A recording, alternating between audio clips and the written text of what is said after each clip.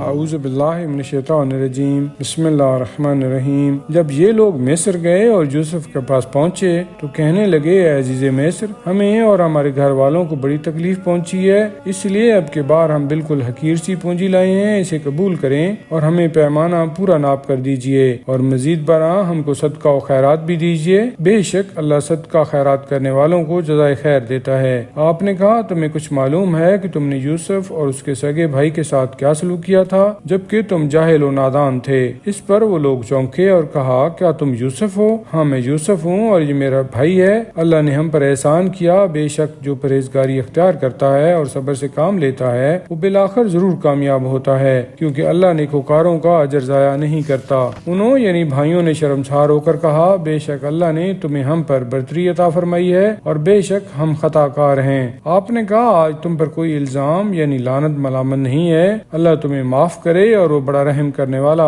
مہربان ہے۔ بعد ازاں کہا، میری قمیض لے جاؤ اور اسے میرے والد کے چہرے پر ڈال دو، ان کی بینائی پلٹ آئے گی یعنی وہ بینا ہو جائیں گے، اور پھر اپنے سب اہل و عیال کو یہاں میرے پاس لے آؤ۔ اور جب مصر سے قافلہ روانہ ہوا تو ان کے باپ نے کنعان میں کہا، اگر تم مجھے مخبوط الحواس نہ سمجھو تو میں یوسف کی خوشبو محسوس کر رہا ہوں۔ ان گھر والوں نے کہا، خدا کی قسم آپ اپنی پرانی غلطی میں مبتلا ہیں۔ پھر جب خوشخبری دینے والا آیا اور وہ قمیض ان کے چہرے پر ڈالی تو وہ فوراً بینا ہو گئے اور کہا، کیا میں نے تم سے نہیں کہا تھا کہ میں اللہ کی طرف سے وہ کچھ جانتا ہوں جو تم نہیں جانتے؟ انہوں یعنی بیٹوں نے کہا، اے ہمارے باپ، خدا سے ہمارے گناہوں کی مغفرت طلب کریں، یقیناً ہم خطا کار تھے۔ آپ نے کہا، میں عنقریب تمہارے لیے اپنے پروردگار سے مغفرت طلب کروں گا، بے شک وہ بڑا بخشنے والا بڑا رحم کرنے والا ہے۔ جب وہ سب لوگ کنعان سے روانہ ہو کر یوسف کے پاس مصر میں پہنچے تو انہوں نے اپنے ماں باپ کو اپنے پاس جگہ دی اور کہا، اب مصر میں داخل ہو، خدا نے چاہا تو یہاں امن و اطمینان سے رہو گے۔ اور دربار میں پہنچ کر اپنے ماں باپ کو تخت شاہی پر اونچا بٹھایا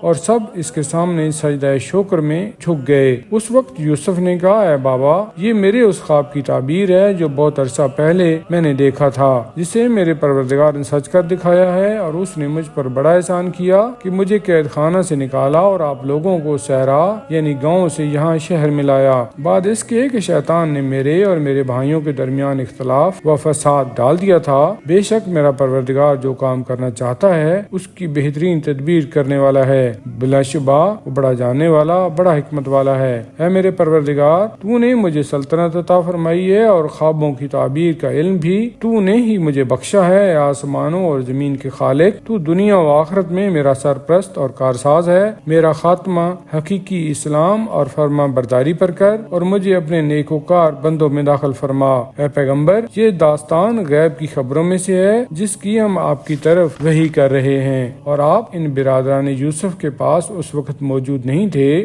جبکہ وہ آپس میں اتفاق کر کے یوسف کے خلاف سازش کر رہے تھے، اور آپ کتنا ہی حرص کریں یعنی کتنا ہی چاہیں مگر اکثر لوگ ایمان نہیں لائیں گے، حالانکہ آپ اس بات یعنی تبلیغ رسالت پر ان سے کوئی اجرت بھی نہیں مانگتے۔ یہ قرآن تو تمام جہانوں کے لیے یاد دہانی اور پند و معاوضہ ہے، اور آسمانوں اور زمین میں خدا کے وجود اور اس کی قدرت کی کتنی نشانیاں موجود ہیں، مگر یہ لوگ ان سے روگردانی کرتے ہوئے گزر جاتے ہیں، اور ان میں سے اکثر اللہ پر ایمان بھی لاتے ہیں تو اس حالت میں کہ عملی طور پر برابر شرک بھی کیے جاتے ہیں۔ کیا وہ اس بات سے مطمئن ہو گئے ہیں کہ ان پر کوئی عذاب الہی آ جائے اور چھا جائے، یا اچانک ان کے سامنے اس حال میں قیامت آ جائے کہ انہیں خبر بھی نہ ہو؟ اے پیغمبر، آپ کہہ دیجئے کہ میرا راستہ تو یہ ہے کہ میں اور جو میرا حقیقی پیروکار ہے ہم اللہ کی طرف بلاتے ہیں اس حال میں کہ ہم واضح دلیل پر ہیں، اور اللہ ہر نقص و عیب سے پاک ہے، اور میں شرک کرنے والوں میں سے نہیں ہوں۔ اے رسول، ہم نے آپ سے پہلے جن کو بھی رسول بنا کر بھیجا وہ مرد تھے